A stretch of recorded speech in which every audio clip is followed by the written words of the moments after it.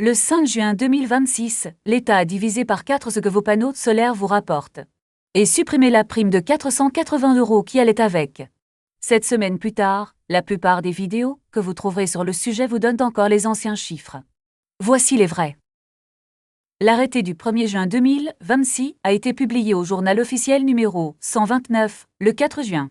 Je mets la référence exacte en description. Vous pourrez le lire vous-même. Il s'applique à toute demande de raccordement complète déposée à partir du 5 juin. 3 choses ont changé. Premier changement, le prix auquel on vous rachète votre surplus. Quand vos panneaux produisent plus que ce que vous consommez, le surplus part sur le réseau et EDF, obligation d'achat vous le paye. Jusqu'au 4 juin, c'était 4 centimes du kilowattheure. Depuis le 5 juin, 1,1 centime. Une baisse de 72%. Et ce n'est pas la première. En mars 2025, ce même tarif était déjà passé de 12,7 centimes à 4. En 15 mois, il a été divisé par 11. Deuxième changement, la prime à l'autoconsommation est supprimée. Pas réduite, supprimée. C'était 80 € par kilowatt-crête, versé à l'installation. 480 € pour une installation de 6 kW. Il n'y a aucun dispositif de remplacement. Troisième changement, la vente en totalité disparaît. Vendre l'intégralité de sa production au réseau était déjà interdit depuis mars 2025 pour les installations de 9 kW ou moins. C'est maintenant étendu jusqu'à 100 kW. Autrement dit, vous consommez d'abord, vous vendez le reste. Ce n'est plus un choix. Un point important, et c'est probablement le plus utile de cette vidéo. Si votre dossier de raccordement complet a été validé avant le 5 juin, vous gardez l'ancien régime, prime et ancien tarif pendant 20 ans.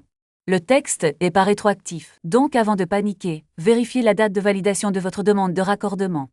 Et 2 détails que je n'ai vus nulle part ailleurs, alors qu'ils sont noirs sur blanc dans le texte. Le premier, si vous avez déjà des panneaux et que vous vouliez en ajouter, une extension de puissance sur un raccordement existant n'ouvre plus droit à l'obligation d'achat. Si c'était votre plan, il ne fonctionne plus.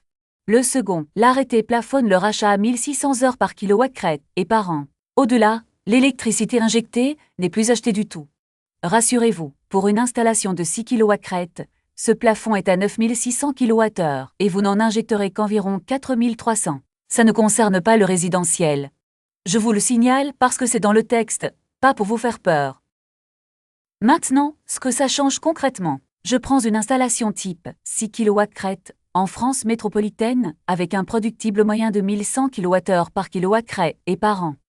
Ça donne 6600 kWh produits par an. J'affiche mes hypothèses à l'écran. Vous pourrez refaire le calcul.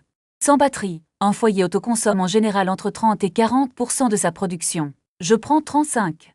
Donc, 2310 kWh consommés directement et 4290 kWh de surplus envoyés sur le réseau.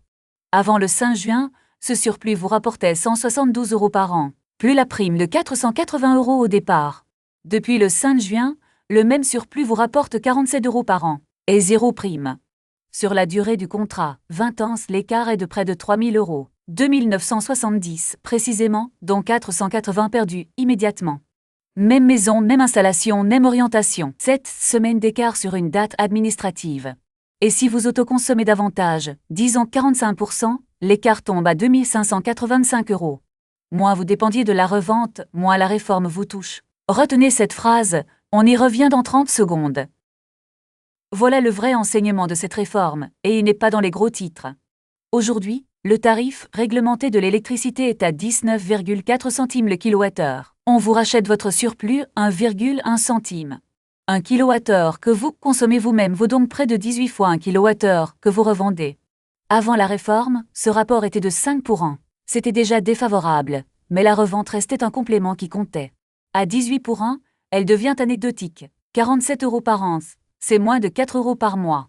Ce que l'État vient de faire, ce n'est pas tuer le solaire, c'est tuer le modèle de la revente. Le solaire reste rentable, mais uniquement si vous consommez ce que vous produisez. Et ça change complètement les priorités. Avant, on cherchait à produire le plus possible, on remplissait la toiture. Maintenant, il faut chercher à consommer au bon moment. Ce qui veut dire 3 leviers, dans cet ordre. 1. Décaler ses usages en journée. Lave-linge, lave-vaisselle, chauffe-eau, recharge de voiture. 2. Installer un routeur solaire pour envoyer le surplus vers le ballon d'eau chaude plutôt que sur le réseau. 3. Et seulement ensuite, envisager une batterie. Une batterie n'est pas automatiquement rentable. Ça dépend de son prix, de sa durée de vie, et de votre profil de consommation. C'est un calcul à part entière, et j'y consacrerai une vidéo complète. Dernier point, et il est ironique, un gestionnaire d'énergie est désormais obligatoire pour bénéficier de la TVA réduite. On y vient. Ce qui reste, en juillet 2026. La TVA relève 5,5%, et c'est de loin l'aide la plus importante. Sur une installation de 6 kW crête, elle représente environ 1 600 € d'économie par rapport à 20%.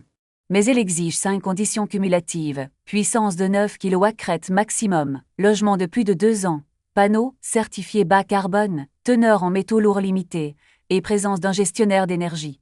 L'installateur doit être forgeur, calibre PV. Si une seule condition manque, vous repassez à 20%. Depuis janvier 2026, le taux intermédiaire à 10% n'existe plus. C'est 5,5 ou 20. Reste aussi l'éco-prêt à taux zéro, la prime énergie via les certificats d'économie d'énergie et les aides locales. Attention, ces dernières ne se cumulent généralement pas avec les aides nationales. Et une précision, parce que je vois l'erreur partout. Ma prime Rénov' ne couvre pas le photovoltaïque. Ça n'a jamais été le cas. Si un commercial vous l'annonce, c'est un signal d'alarme sur le reste de son devis. Le verdict. Le solaire reste rentable en 2026 dans 2 cas, si vous consommez beaucoup en journée et si vous obtenez la TVA de grave 5,5%. En dehors de ça, avec une revente à 1,1 centime, les délais d'amortissement s'allongent sérieusement, et il faut faire le calcul avant de signer, pas après. Si cette vidéo vous a été utile, l'abonnement m'aide à en faire d'autres. La prochaine porte sur les batteries, rentables ou pas,